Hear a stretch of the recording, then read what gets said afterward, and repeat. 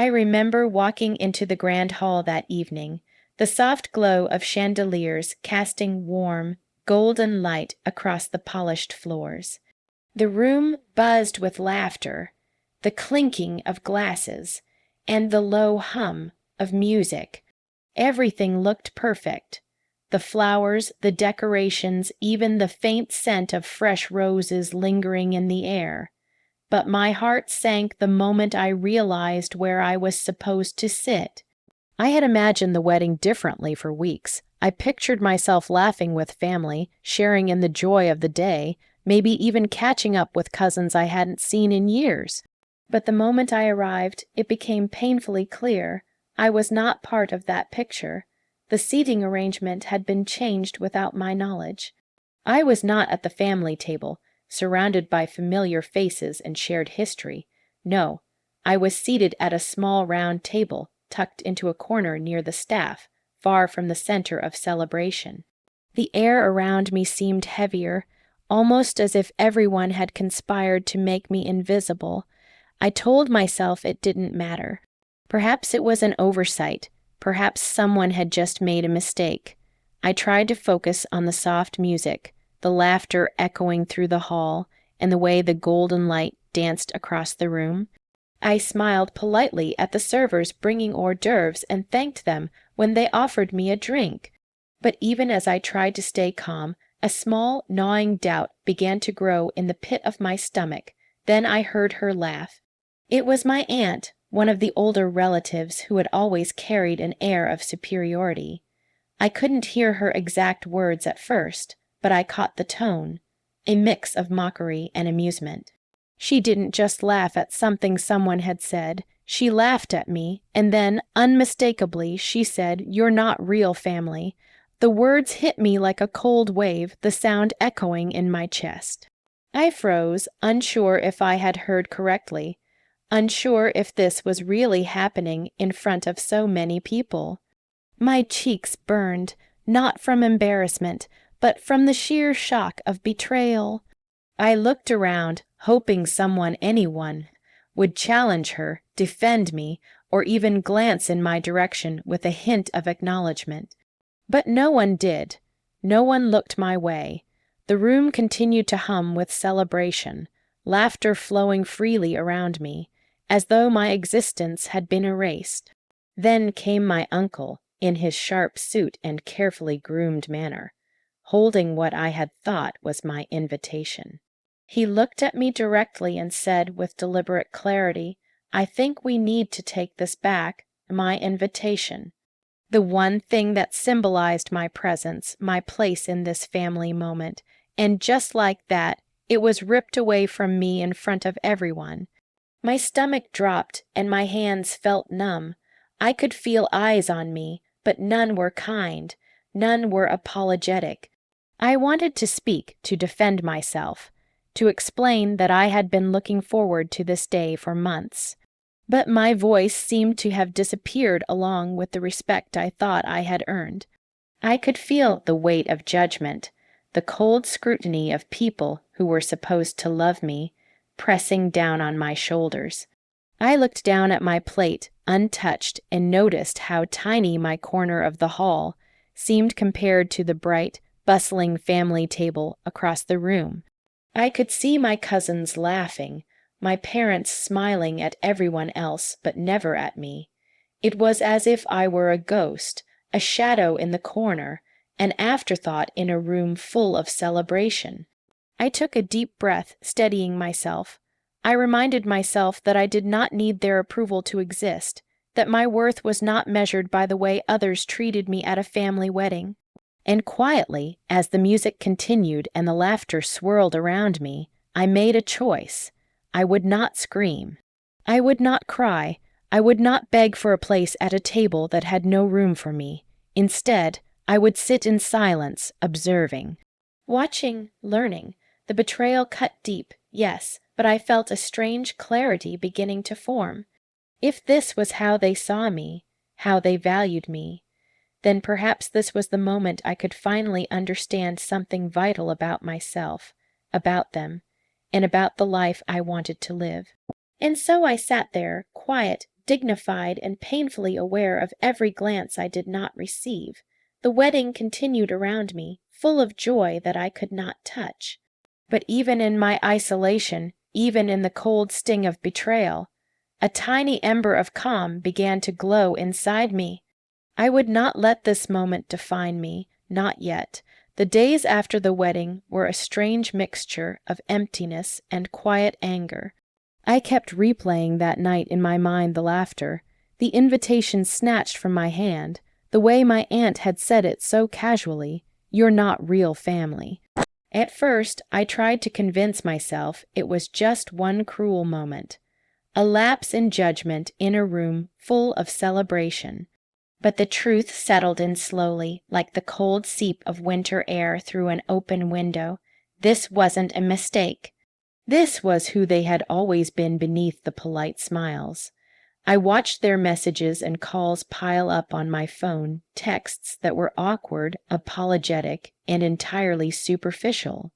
My mother sent one that read, "We didn't mean to hurt you. It was just a misunderstanding. Please come over for coffee." My father's messages were even more controlled. "Family is family. We want you back." And my aunt, her texts were laced with faux cheerfulness, almost mocking. "We missed your presence at the wedding. Hope you're not holding grudges." I read each one carefully, but I didn't reply. I didn't want to. Every message felt like another attempt to pull me back into a world where I had already been disregarded, disrespected, and erased. It wasn't just about the wedding anymore. It was about years of subtle exclusion, of unspoken favoritism, of small betrayals that had accumulated into a quiet, persistent ache I had refused to acknowledge. I began to notice things I had ignored before. The way my mother's eyes never lingered on me the way they did on my siblings. The way my father would chuckle at my cousin's jokes while barely acknowledging my presence. The careful way my aunt and uncle manipulated family gatherings so that I was always on the outside. These were small things, almost invisible in everyday life, but in that moment after the wedding, they became impossible to ignore. At first, I felt rage bubbling beneath my chest, a fiery desire to confront them, to demand recognition and respect. But the anger quickly gave way to a heavy, numbing sadness. It was the kind of sadness that comes from realizing the people you trusted most are capable of overlooking your pain as easily as you breathe. It was quiet, but it was deep, and it left no room for haste or impulsive reaction. So I stayed silent. I observed. I watched how they interacted with each other, with other relatives, and even with strangers. I noticed how easily my aunt's laughter could shift from warmth to cruelty, how my father's politeness often masked impatience, and how my mother's apologies rarely carried true understanding. It was as if I were seeing the family for the first time, not through the rose-tinted lens of childhood, but through the sharp, clear eyes of experience. And slowly, I began to understand something profound. My worth was not determined by their recognition. Their approval was not a measure of my value. The pain I felt, the real and deep, did not have to dictate the life I would live. I could feel their attempts to manipulate my emotions, but they no longer held sway over me. I started making small choices that reflected this new clarity. I declined invitations I didn't want to attend, chose not to engage in conversations that felt performative or disingenuous, and spent more time nurturing friendships and connections where my presence was valued. Each decision was quiet, almost imperceptible, but each one strengthened a sense of self that I hadn't fully allowed myself to claim before. One evening, I walked past a mirror and caught my reflection, my eyes tired from the tears I hadn't cried, my lips set in a calm line, my shoulders squared with intention. For the first time in years, I didn't feel like the overlooked child, the shadow in the corner of family gatherings. I felt like myself, complete, whole. The lesson was slowly embedding itself. Betrayal is painful, yes, but it is also revealing. It shows you who truly values you and who does not. It teaches you to listen to the quiet voice inside that knows when to stay, when to leave, and when to simply walk away with dignity. By the end of that week, their messages had grown desperate, more frequent, more pleading, and still I said nothing. I listened, I observed, and I allowed the silence to do what words could not: protect me, teach me, and prepare me for the moment when I would finally decide how to respond. Not out of anger, but out of calm wisdom, because I knew deep down that the right moment would come, and when it did, I would not run to them, nor would I beg for recognition. I would walk back into their world only on my terms, and they would see me, not the overlooked girl, but the woman who had learned the quiet, unshakable strength of self-respect. The weeks after the wedding became a quiet test of patience and observation. I didn't speak to anyone in my family. I didn't defend myself, didn't offer explanations, didn't justify my feelings.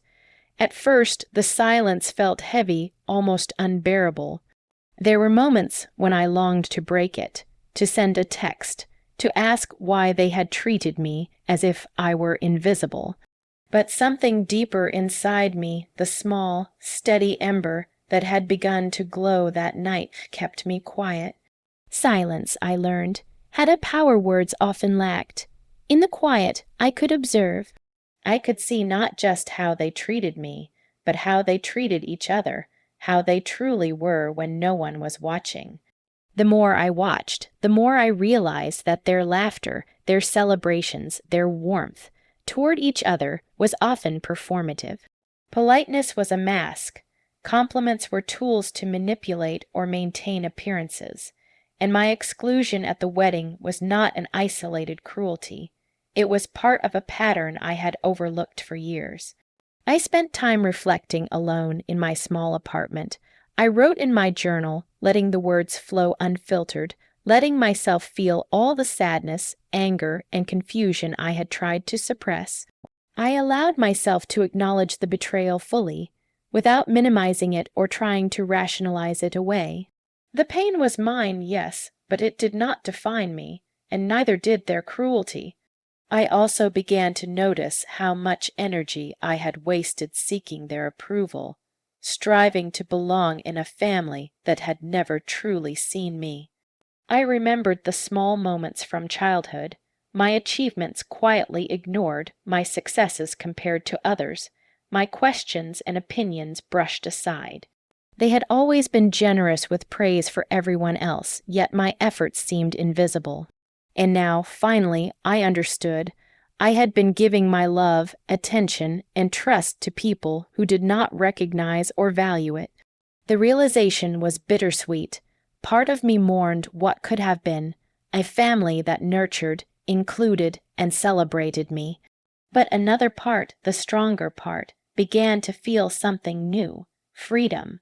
Freedom to invest in relationships where I was seen, appreciated, and respected.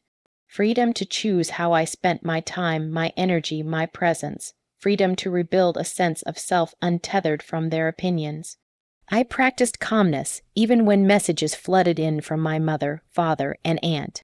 They were no longer just polite apologies or awkward invitations. They were increasingly desperate, almost frantic. The repeated pleas reminded me of a truth I had been slow to accept. When people truly value you, they don't need to beg for your presence. And when they have repeatedly overlooked your worth, no amount of sudden regret erases the pattern. So I did nothing. I didn't reply. I didn't explain.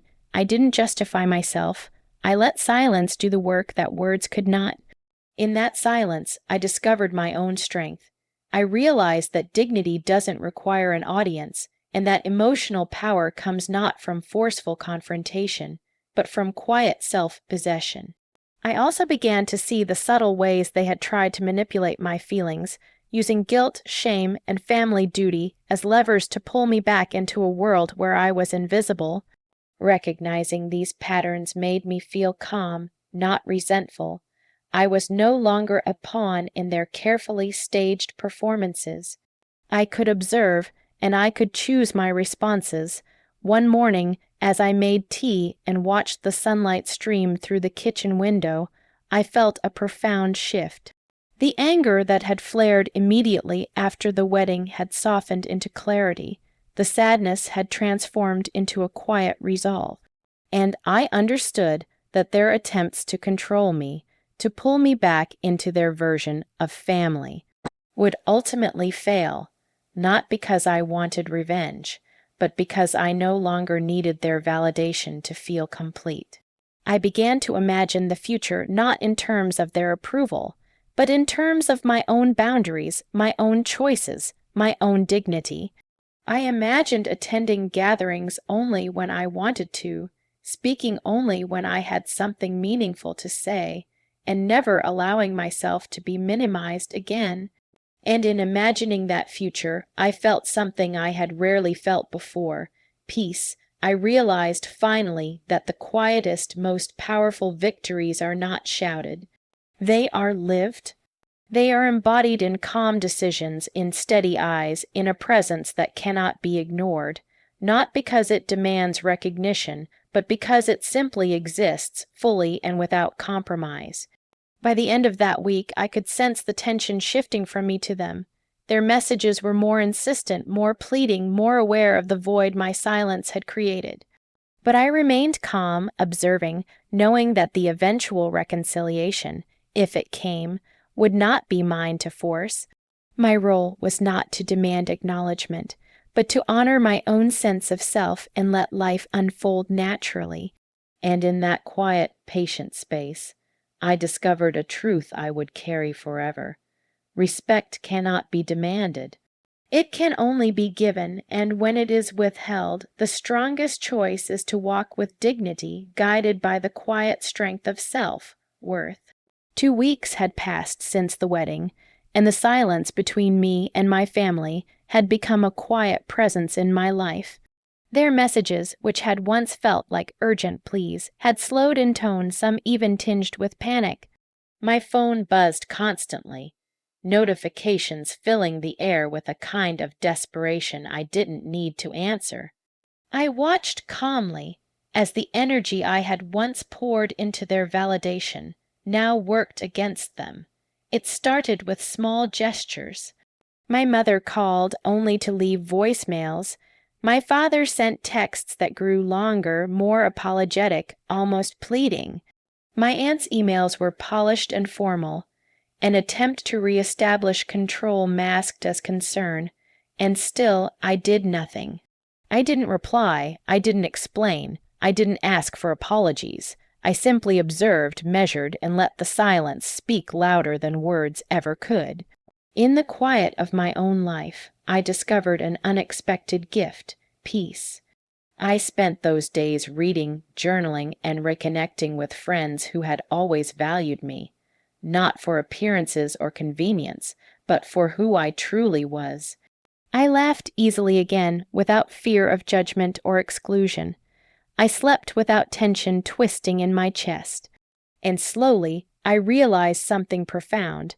The power to define my life, my worth, and my happiness had always been in my hands. Then one morning, the turning point arrived. My phone buzzed with dozens of missed calls from my family. I didn't rush to answer. Instead, I sat with a cup of tea and allowed myself to feel the full weight of the situation. I imagined the wedding, the laughter that had cut so deeply, the invitation snatched from my hand, the cold amusement in my aunt's eyes. I remembered how it had felt to be invisible, dismissed, and humiliated, and I knew, without any doubt, that nothing about this moment would push me to act impulsively. Instead, I called back, not in anger, not to demand acknowledgement, not to beg for acceptance. I called back calmly, deliberately, speaking from a place of dignity and self-respect. My mother's voice trembled on the line. My father's words stumbled over themselves. My aunt tried to mask relief with false cheer. But I said nothing about the wedding, nothing about the humiliation. I simply spoke as myself, fully present, fully grounded. I've been thinking, I said quietly, letting the calm in my voice fill the silence, about what I want, about what I need, and about how I expect to be treated. If we are going to have a relationship, it has to be one of mutual respect. The line went silent. I could hear them recalibrating, realizing that their old patterns, pleading, manipulating, disregarding, would no longer work. For the first time, I felt the subtle shift. They were no longer in control.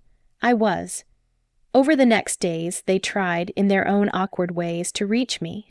Invitations arrived, carefully worded emails were sent, and calls were made. But I no longer felt obligated to respond immediately. I chose which gestures deserved my attention and which did not. I chose the terms of my presence in their lives. And in choosing, I felt the sweetest form of justice, not revenge, not humiliation, not anger, but quiet dignity and self-possession. When I finally decided to attend a small family gathering a month later, it was entirely on my terms. I arrived calm, composed, and aware of my own worth. The family table looked the same, but I was different. I didn't need their approval, their praise, or their acknowledgement to feel complete. I simply existed in the space, fully myself, and they had no choice but to recognize it. My aunt smiled nervously. My father tried to make conversation. My mother hovered with tentative warmth. But I was neither grateful nor resentful. I was simply calm, present, and clear about my boundaries.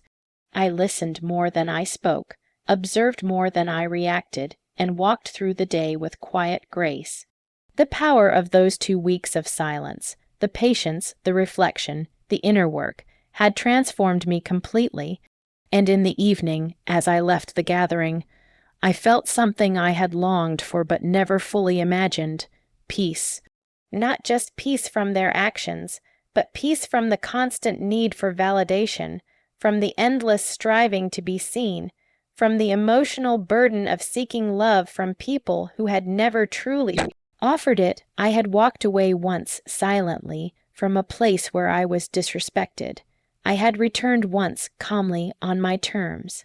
And in that space, I discovered the truth that would stay with me forever. Dignity cannot be taken from you. Respect cannot be demanded, and the quiet strength of self-respect is far more powerful than any words, apology, or recognition could ever be.